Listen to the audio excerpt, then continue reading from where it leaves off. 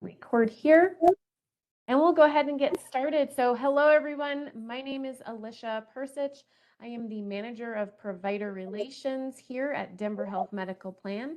I'm also the Manager of Marketing and Engagement, and so the one responsible for putting this webinar together and getting that content out there to you. So we are thrilled that you're able to attend today to get some information on ICHRAs and how your business of any size can benefit from providing health insurance through the exchange to your employees through the act of paying a possible percentage toward premiums and thus getting some tax advantages, as well as helping out those employees who may be struggling a little bit this year with those higher premiums that are happening on the exchange, and offering it as a benefit to your employees for their employment with you. So we're going to really dive into the ICHRA, but first I want to do a couple introductions here. So we have our panelists, Cassidy Berry, who is one of our brokers here and will be your main point of contact after this, should you decide you want to move forward and get some more information. Cassidy will be your main contact. We also have Jen, who will be here, one of our experts on ICHRA, all things ICHRA, Jen, who is part of our Health Plan Alliance partners, and Rich Cimino, who is also the CEO of Peak Health Alliance. Denver Health Medical Plan partners with Peak Health Alliance to bring insurance to some of our more rural areas in the Southwest regions, as well as our mountain regions. And of course, we cover Denver, Adams, Jefferson, and Arapahoe counties here with our Elevate plans that are available on the exchange. So we will talk a little bit about those Elevate health plans here. And then we'll go into the ICHRA questions. But first, let's do some introductions. Just tell us about yourself. Let's start with Cassidy. Hi, I'm Cassidy. I live in Durango, Colorado, and our office is in Pagosa Springs, Colorado. I've been a broker for a couple of years now. I do have a dog. Yeah, I think I can hear him. I figure out how to blur, so I'm sorry. I was in back-to-back appointments, so it was hard to do that. But yeah, we do all kinds of insurance, including health. That's what we're doing right now. And then we do the ICHRAs as well. Fantastic. And we are having a little issue with some of your sound there, Cassidy. So I don't know if that's just a microphone but it's kind of going in and out a little bit. Let's go over to Rich. Hello, everybody. I'm Richard Cimino with the Peak Health Alliance, and yeah, really grateful to partner with Denver Health Medical Plan and their Elevate health insurance plans for the individual marketplace. We negotiate rates with hospitals and doctors and behavioral health and all the doctors, and then those rates are able to be used when you use your insurance, and we're able to sort of bring insurance costs down in the counties that we're in. And yeah, we really want to try to make sure people understand the opportunities with the ICHRA. ICHRA's been around since 2018, 2019, and they're only getting more and more popular, and they're growing. And federal changes are probably going to happen in 2026 that'll make ICHRAs even more advantageous for individuals, business owners, and their employees. And if there's time at the end, Alicia, I might describe some of those federal changes, but I think we should go ahead and run through the slides, and then we'll understand ICHRAs better, and I could explain the changes that we're anticipating. And thank you. That would be great. Yeah, thanks. Okay, Jen. Hi, everybody. I'm Jen Fanning, and I work with Peak Health Alliance as well as a consultant. So know a lot about ICHRA, not only in that world, but in my previous life, I ran a nonprofit for nearly 2 decades, and we implemented an ICHRA. So as the employer implementing an ICHRA, I have that experience as well, and excited to talk to you all about that today. Fantastic. And so for those of you who are on as attendees, you are automatically muted, but there is a chat option. So if you have any questions that come up during this, we will also address anything in the chat throughout the presentation. So feel free to put questions in the chat, and myself and the other panelists will see those. We can answer those and if our panelists see a question you know an answer to, go ahead and reply to it in the chat. Otherwise, we'll address that at the end, and we can have a discussion about those questions. So I'm going to go ahead and share my screen. we will move to our quick presentation. I'll run through some of the basics about Denver Health Medical Plan and our Elevate Health Plans in the beginning here, but we'll really dive into those ICHRAs more during our time spent together. I'm hoping that we will only be about an hour because I know everybody is strapped for time. Some people are doing their early lunch hour right now. So we are Elevate Health Plans by Denver Health Medical Plan. Our agenda today is to do an overview, some 2026 updates, an overview of our provider network.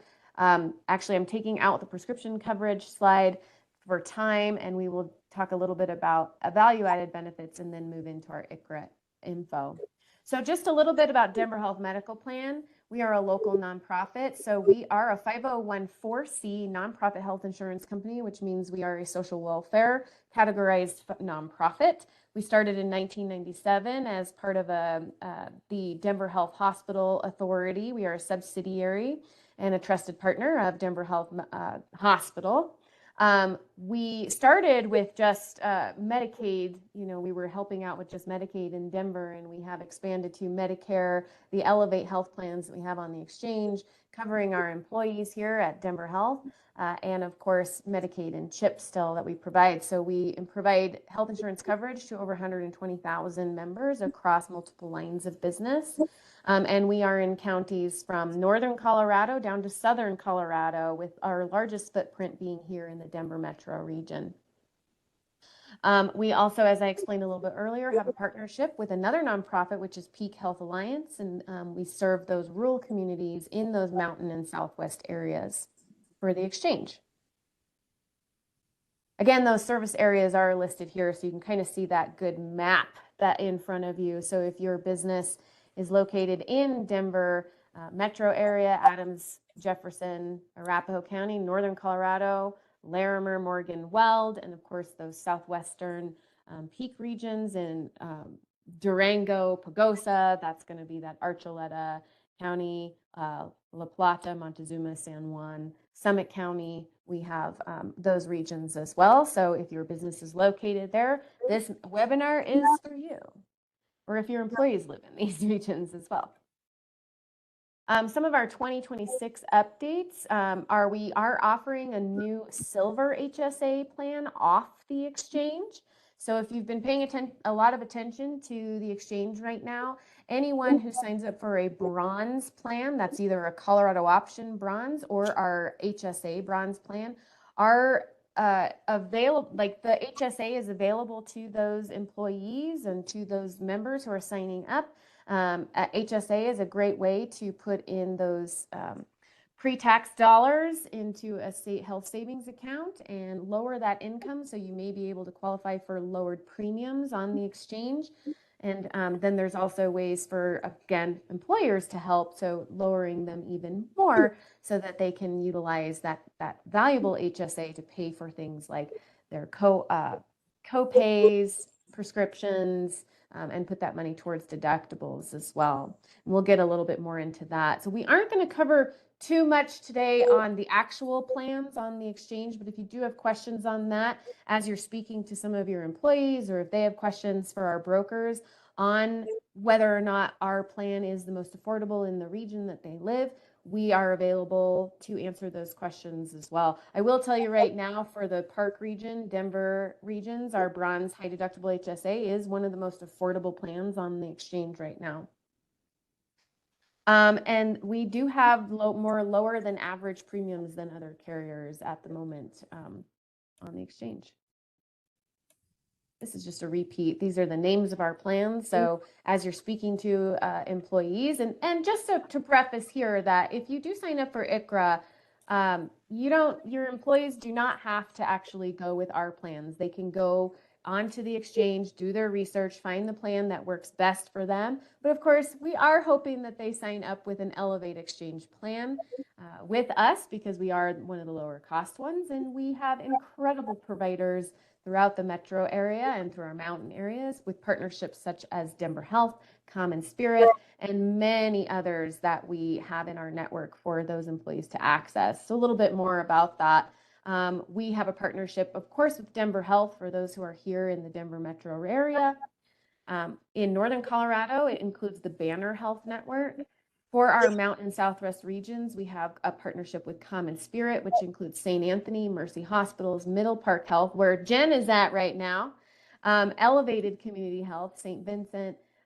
We have our Pagosa Medical Group and many others. And of course, we have, many providers here at Denver Health Hospital, which includes 10 additional clinics in the metro region, school-based clinics, a 24/7 nurse line, and so much more that Denver Health offers. They are also the only Trauma 1 emergency room in the state of Colorado. And then, of course, we also have the First Health Network available to anybody who's on Elevate Exchange plan for outpatient behavioral health. So mental health is a big issue, a big topic right now. We offer that through First Health, where those members can go there for unlimited talk therapy. And we also have that with Sundermind, which is virtual unlimited talk therapy as well. Now, for those of you who may have employees who live out of state, but your company is here and they get on a Colorado plan, unfortunately, the coverage is only available out of state for urgent care and emergent care. So if they live out of state, they may want to consider getting on an exchange plan in the state that they are living. Otherwise, it would only cover for urgent and emergent.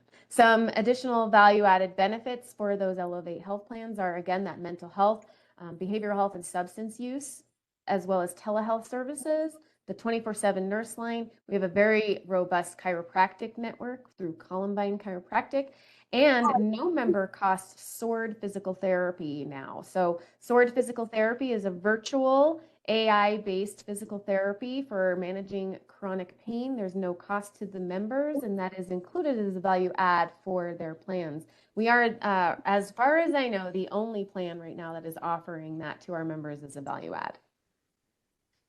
We also have integrated care through the PCP for primary care. Obviously, those annual preventative care visits are 100% covered. We have 50 to 75% off prescription costs when filled at Denver Health pharmacies. For some of our other regions, they may see a little bit higher costs, but we have mail order pharmacies as well, which can lower those costs. And then, of course, in most areas, we offer dispatch health, which is urgent care that comes to your home 365 days a year, anytime between 8 a.m. and 10 p.m. And the urgent care copay is only $50. We have low-cost labor and delivery at Denver Health. And of course, we have value add with MyChart so people can manage their prescriptions, talk to their doctors, and really manage their health through their smartphone or their computer. I already talked a little bit about Sondermind, so I'm going to skip that. And now we're really just going to dive in and go straight into our ICHRA. I will manage the chat. We're going to hand this off to Jen or Cassidy. I don't know. I know you all had a little discussion about these slides. So I'm going to manage the chat and just turn it over to our partners here about an ICHRA. Sure, I'll get started, and Cassidy and Rich can jump in at any point to add to what I'm saying. So what is an ICHRA? The reason why we're here today. So it's when you hear ICHRA, it's individual coverage health reimbursement arrangement. I can never remember that, ICHRA. As Rich said, it was around 2018 when ICHRAs became part of the landscape for employers.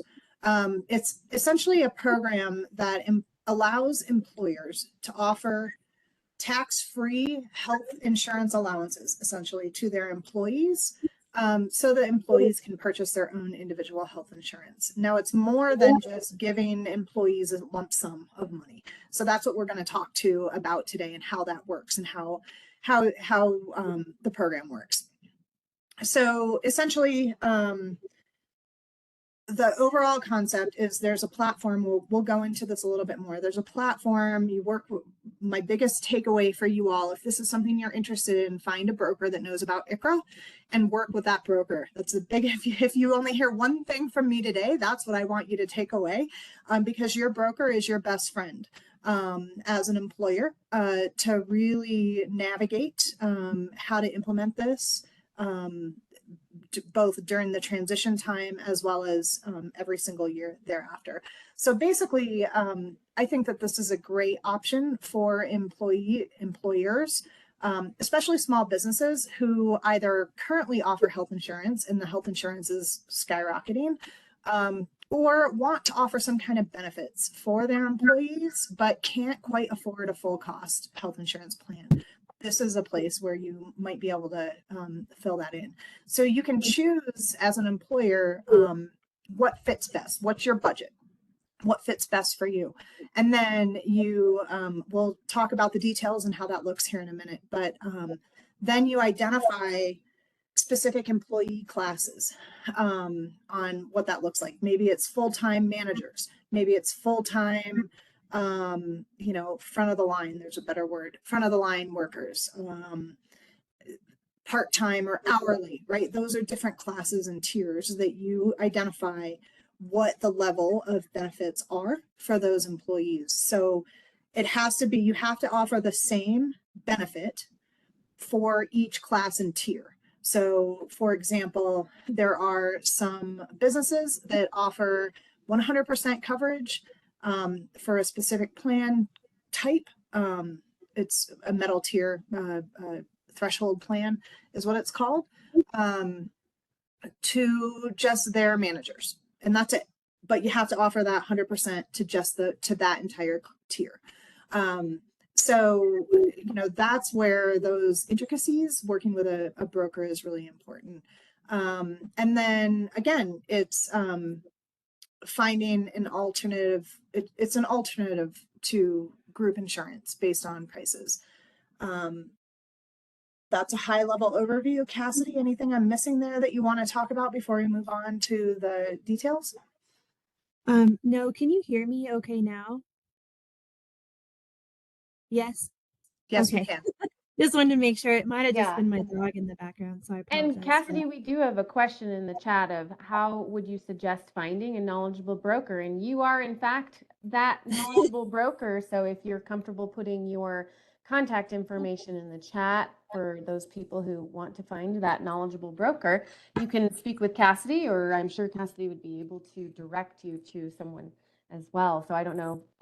I hope that answers that question, but if you're willing to put your contact information in the chat, that would be fantastic. Yeah, I can definitely do that. We're down here in southern Colorado, but we do service all of Colorado. So we have ICHRAs and health clients all over Colorado as far as Fort Collins. So I'll definitely put our contact information in there. And if you didn't hear me before, and I don't know if I said it, I work for Hometown Insurance, and we're just a small independent agency down here. But just to add on to what Alicia said about finding a broker, I do think that is very important, because then it kind of takes some of the weight off of you trying to help your employees pick out their plans, because every single employee is going to have their own combination of issues and things that are going on, whether it's their families or whatnot. And it's easier for them to talk to a broker. And to find a broker, obviously you can reach out to me, or you can go online and just look up different type of health brokers in the area. I don't know if they all do ICHRAs, but that would be my suggestion. I'm also happy to put my email in the chat for anybody in the Great. mountain regions. You can reach out to me and we can get you a list of brokers that we know are knowledgeable in ICHRA. That'd be fantastic. Thank you, both of you, for putting your contact information in. And I also put our broker line as well, so you can call Denver Health and speak to one of our brokers, and they can connect you as well. Hopefully everybody can see the chat. Great. Okay, let's move on to the next slide. Okay. I forgot I'm controlling the slides. It's all you. It's all me. Right, go for it. Okay, so this is a little bit of a deeper dive into what the ICHRA plans do. So basically, I'm going to explain how it works here. So you as an employer, again, you decide what your budget is. Maybe we can spend, $30,000 a year for our 20 employees. That's not very much, right? So compared to the cost of of health insurance. So you try to figure out then with the broker what that looks like. So that helps you kind of keep that cost control predictability over time. So you set the budget. Again, I talked about the tiers. This is where the complexity with the brokers really help you outline what the employee classes are and what the different tiers are. And so for an example, as an employer, when we went and did this, we chose to cover our full-time employees, both managers and non, at 100% of the lowest cost gold plan. For an example, you can choose, a different metal tier that you want to offer that percentage at. And the best practice is truly to choose a percentage. You could say 50%, you could say 25%, you can say whatever you want that fits within your budget that will help actually support your employees. And you just have to, again, offer that same coverage to the entire class of employees that you have. And then the broker sets you up with a platform, an ICHRA platform. There's a variety of different platforms where you go in and the employees go in and they can either deny the coverage because maybe they have coverage somewhere else, or they go in and shop according to the plans available on the marketplace.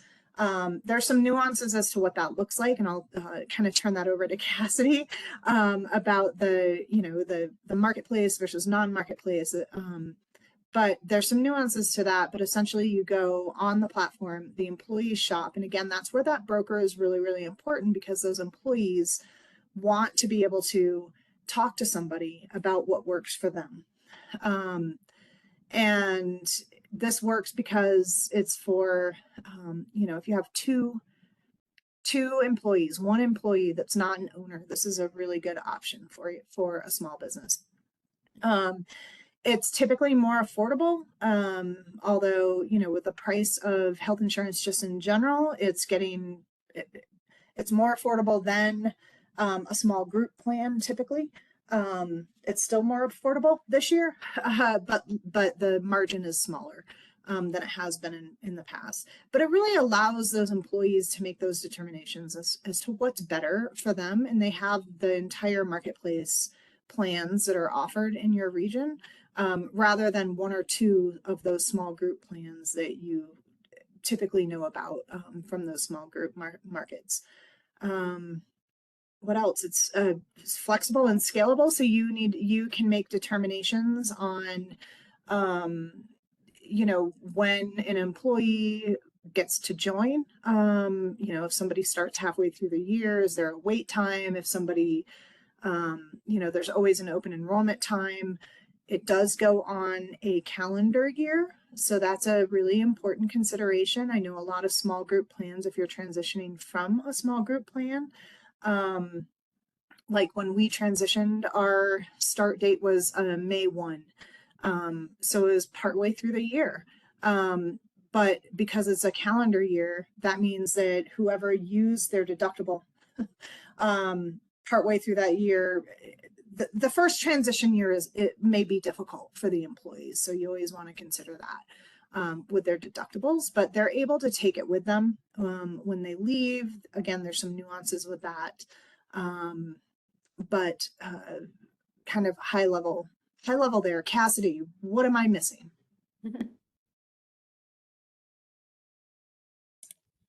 You covered all of your points there. In terms of when you're ready to set up the ICHRA, when you're talking to employees, I do suggest making sure you find out kind of what their health insurance coverage is currently and if they use the marketplace, because when you work with a broker, they will ask those questions, and sometimes it's not going to be convenient for all of your employees. And that's usually the number one thing that I ask people before they even get involved is consider all your employees and see who it would be the most convenient for, and if it would be not convenient for people, specifically if they're already working through the state marketplace. For people who aren't don't understand the marketplace right now, they get tax credits, and there's a thing called cost share reduction. And both of those things are offered to people through the state marketplace. And once you offer them that ICHRA, they won't have that option anymore if you offer them an ICHRA, because you have to offer everybody. And if there are certain employees that utilize those things, you're kind of taking away that option from them. So that's something to consider. And that's just another reason to just make sure you connect with a broker first before you kind of finalize your plans. Yeah, and just following up with that. So, some of the considerations as an employer that we had determined, we had a few part-time people, and they were on the marketplace and were receiving those tax credits. So in 2026, anybody under 400% of poverty, which is about just $63,000 a year for an individual, 120 some thousand for a family of four. They can get tax credits in Colorado, throughout the nation, but in Colorado it's better based on some statewide legislation. So we talked to those employees and tried to figure out, like, what are you using? Oh, this would actually hurt you if we offer an ICHRA to our part-time employees, because across the board, it would hurt our employees at the part-time. So we chose not to offer an ICHRA for our part-time employees. That's one of the classes you get to choose, right? You can tier those classes, but again, that's where that broker is really, really helpful to make sure that you're compliant and equitable in determining those classes of those employee classes. Next slide, or yeah? Yep. Next Okay, slide. great. We've covered some of this, so I'll dive in a little bit more to some of it. Again, the employees can pick their own plan. So maybe somebody is more healthy and they just need a bronze plan. Maybe somebody has chronic diseases and they really want one of those gold plans, some of those higher level coverage. So they get to pick their own plans with the knowledge, let's say it's 50% that you as an employer is determining for that specific class that you will pay for health insurance coverage. And so you as the employer pay 50% and they would then pay the rest. Or for example, if you're paying 100% for certain classes and they of a silver plan, and they choose the gold plan that may be more expensive. That was a bad example. You choose the bronze plan and they choose the gold plan that may be more expensive, they pay the difference. And again, that's where the platform and the broker can help you figure out the payment mechanisms on what that looks like. You can either pay directly and deduct from the employees, pay the insurance directly and deduct from the employee's paycheck, or give the money to the employee so that they pay it directly, and that's a tax-free contribution to the employee in that way. So then on that, Jen, we have a question in the chat that fits with that. Can the amount that the employer pays be a percentage of the employee's wage, or does it have to be a fixed amount? It really, Cassidy, I'm going to kind of turn that over to you, but you really want to consider fairness. You don't want to have it be a part of wages because that could be considered discrimination. You also don't want to have it be like a dollar amount because, as we know, the older you get, the more expensive health insurance costs, and so that could be considered age discrimination. But Cassidy, please share some details and information on that. Yeah, with what you said, I definitely steer people away from doing the dollar amount because you want to distribute everything equally and fairly. So when you're thinking about equality, you're thinking, okay, well, I'll give everybody $500 for their health plan, but that's not fair considering people's ages. If you have somebody that is, let's say they're 25 years old, their premium that is offered to them is going to be significantly lower than someone who is, 55 years old. And so a $500 amount would more than cover certain premiums for someone 25 years old and would maybe be half or sometimes a third of someone's coverage who's in their 50s or 60s. So you just want to consider equal but fair. So percentages are usually the best way to go. The most common is taking the lowest priced plan available to that employee and offering to pay for that one. And then the employee would pay the difference if they wanted a different plan. Or you can do a percentage of that lowest priced plan available to them as well. Those are usually the most common in the fair, because then you're maybe only paying for, let's say the premium is $300 for that 25-year-old. That's what you're paying for them, which the premium for someone who's 55 might be $800, and you're paying that for them. And so that is fair, if that makes sense, because you're both employees, even though they're different ages, they're getting the exact same thing. Does that make sense? Yeah, that makes sense to me for sure. Hopefully that answers the question in the chat there. Thank you for that question too. That was a really good one. I have a question to clarify there, because Cassidy, you mentioned that it may not be convenient for some people because they're already getting a tax advantage. And maybe this is my greenness here, but I thought that the tax credits for individuals were going away at the end of this year. They do get that income-based tax one, or the income-based discount. So can you clarify that? Because I thought that that was going away. So they're reverting back to the original tax credits that were put into place before COVID. During COVID, they put in what you call either enhanced or extended tax credits for people who were making 400% of the poverty level or more, which they were convenient for everybody because it tapered down.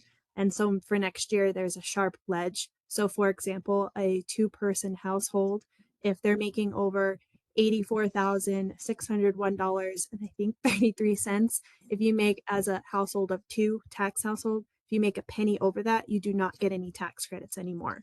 Okay. So for that, those tax credits did expire end of this year. They have talked about reinstating them. I've got mixed feedback that might be a thing, but as of right now, I've been telling people they're not. But the tax credits, the original ones, are still in place. So people who are making under the 400%, they're still getting tax credits. And then the other big thing is called the cost share reduction program. That takes the silver plans on the marketplace and reduces everything on them. There can be a deductibles as low as $100 with max out of pockets, just over $1,000. So there's huge savings and help for people with low income through that cost share reduction program. And if you were to offer somebody an ICHRA program, it would only cover, it wouldn't allow for those to be available to that person. So that's why maybe not convenient, but you would be taking away an option to somebody with a lower income. So that's why it's important to talk to the employees first. Or if you're the employer, you know how much they make, but if they're part-time, they might have a second job. So you're not sure. So it's just good to talk to everybody and get it if you have a smaller business to kind of figure out what they're getting. Because as of right now, for next year, there are still tax credits and that cost share for people with a lower income. And that's particularly important because that in most of our counties, the self-sufficiency level is right around 400%. So that cliff that Cassidy was talking about is really significant. It takes that much money to be self-sufficient without assistance in our communities. And so if they make just a penny more, they then have to be paying, $1,000, sometimes upwards of $1,000 a month more in just the premiums. And just to underscore what Cassidy was saying, depending on the size of your small business, you might know, but you may not know too, like, who do they have dependents? Are those dependents covered on the marketplace? Because maybe you choose to pay 100% of an employee's plan, but then their dependents could still potentially access that. But it's just all those considerations to determine if you're really supporting the household or going to negatively impact the household. And that's where a broker can help guide you, and having those conversations that one of these bullet points and icons in here. Really talk to your employees before, during, and after enrollment to make sure that you're making the best possible choices for them. But if you have There's- some employees that want this and some that don't, they do have the option to not take it, right? You don't have to, it's not all or nothing. They can not take it, but Okay. then they won't get the option of the tax credit. There is one kind of exemption there. It's called affordability for employer sponsored coverage. So if somebody, let's say that you're offering somebody this insurance and the business owner decides that they're going to do a certain percentage of the lowest price plan, and that percentage alone of what their portion to pay for that lowest cost plan, I believe for next year it's over 9%, 9 point something. I don't remember the exact amount, but you can calculate it. And if what their portion, the employee's portion, is more than 9 point something percent of their income, then it's deemed unaffordable. And then they can get insurance and get access to tax credits through the state marketplace. But if it is affordable, then they are not allowed to get those tax credits. I see. But So the that's why it's employer can important to get a tax advantage by offering the ICHRA. It's a tax advantage yeah. for the employer. Right. Mhm. Okay. Definitely good information of weighing those options and really knowing what your employees need in advance. Mhm. Great. Can move on. Okay. We've already kind of covered this, so I don't necessarily want to Okay. dive in too much, but I kind of want to walk you through a picture of, I've already kind of walked you through what my organization did and some of the decision points that I made, but I kind of want to paint the picture a little. So we had a small group plan. So we were already, and a little information, we were a health nonprofit. So health insurance was of utmost priority to us. So we already had health insurance. We were transitioning over. We were working with a broker, started talking about the ICHRA, what it looks like, talked to all the employees about what this would look like, trying to identify costs for them, all the things that we just talked about, who's already on plans. We intentionally paid our employees more than 400% of poverty, more than self-sufficiency. So that wasn't necessarily a consideration for us. But we had those conversations and then signed up through the broker on an ICHRA platform, determined the amount. Again, we chose like 100% of the lowest cost gold plan.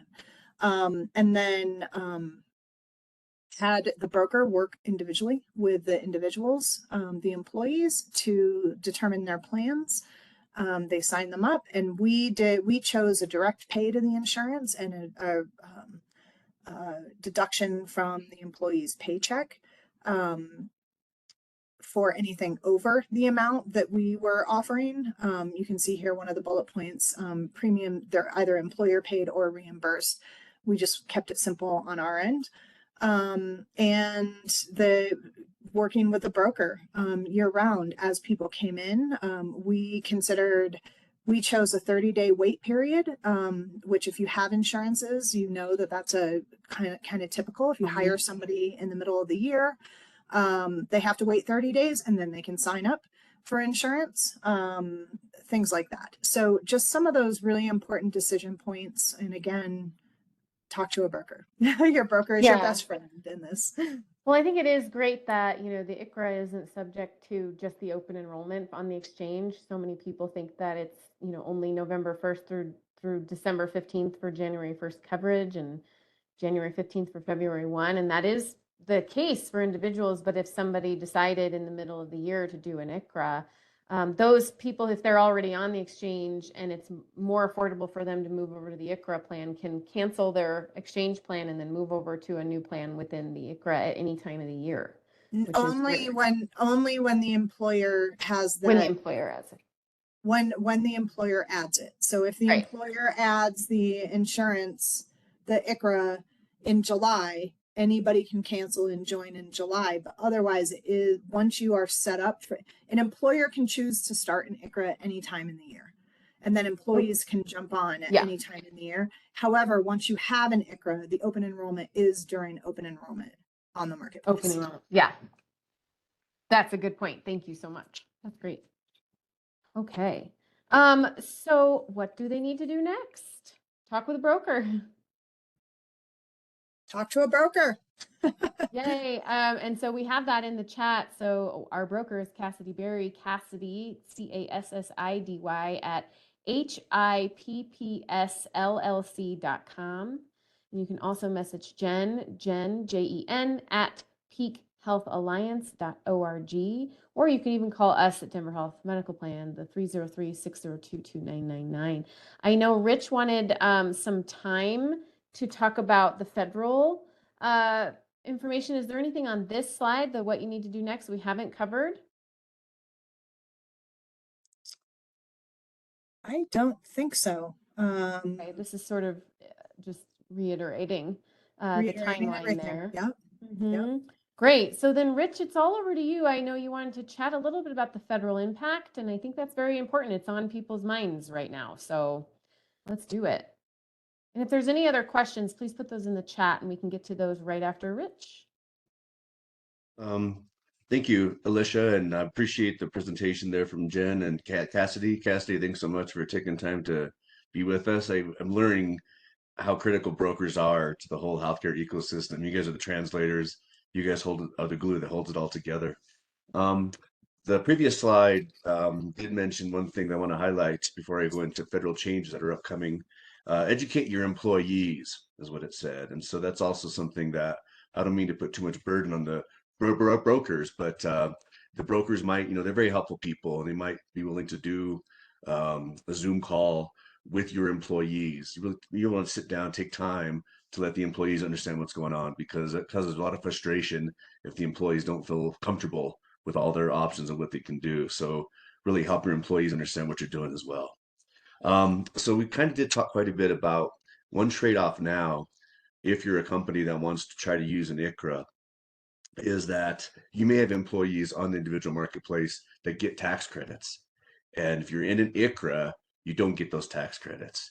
And so what almost happened this year with HR1, the big bill, the House version that passed for the big bill included that ICHRA participants can get those tax credits.